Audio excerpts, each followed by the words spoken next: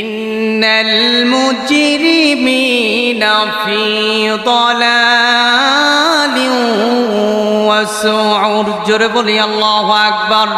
এই একটা নেকির জন্য মানুষ সকলেই সেদিন বেকারগ্রস্ত হয়ে যাবে, মানে সেদিন সবাই বেকারগ্রস্ত হয়ে যাবে। একটা নেকির যখন অভাব পড়ে যাবে হাসরের ময়দানে, সেই মেসেজটুকু আল্লাহ রাব্বুল আলামিন আমাদেরকে সুন্দর করে কোরআনুল কারীমে ইরশাদ করে জানিয়ে দিলেন। কোরআনুল কারীমে 54 নম্বর সূরা কমারের 47 নম্বর আয়াতে আল্লাহ তাআলা মেসেজ দিয়ে জানিয়ে দিলেন, ইন্নাল মুজরিমিনা ফি দালালিন ওয়া সুউর। জোরে বলি আল্লাহু আকবার। আল্লাহ রাব্বুল আলামিন সুন্দর করে মেসেজ দিয়ে জানিয়ে দিলেন, সেই দিন অপরাধীরা বেকারগ্রস্ত হয়ে যাবে। সেই দিন এতটাই বেকার হয়ে যাবে, একটা নেকির অভাব পড়ে গেলে হাসরের ময়দানে সেই দিন বেকার অবস্থায় থাকবে। একটা নেকির অভাব পড়ে গেলে সেই মানুষগুলো ছুটে যাবে কার কাছে? সেই মানুষগুলো ছুটে যাবে মায়ের কাছে, বাবার কাছে, একটা নেকির জন্য ছুটে যাবে।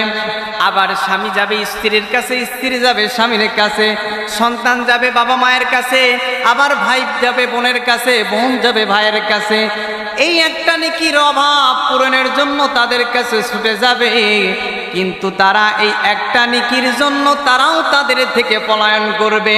সেই মেসেজটুকু আল্লাহ রাব্বুল আলামিন কোরআনুল কারীমে 80 নম্বর সূরা বাসা এর 34, 35, 36 নম্বর আয়াতে আল্লাহ তাআলা জানিয়ে দিলেন, ইয়াউমা ইয়াফিরুল মারউ মিন আখিহি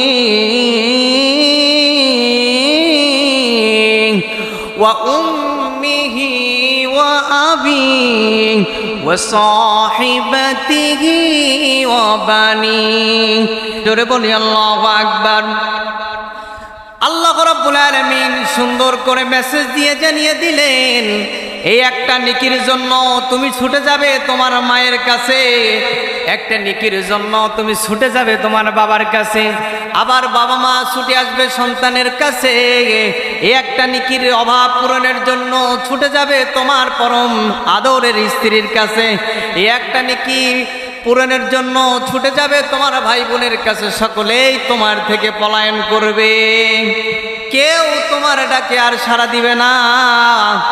সম্মানিত বন্ধুগণ, এইখান থেকে আপনাকে শিক্ষা নিতে হবে, এই দুনিয়ায় যাদের জন্য যা কিছু করতেছেন, ভুল পথ থেকে যদি করেন, পরকালে কিন্তু আপনার জন্য কেউ আপনার সাথী হবে না।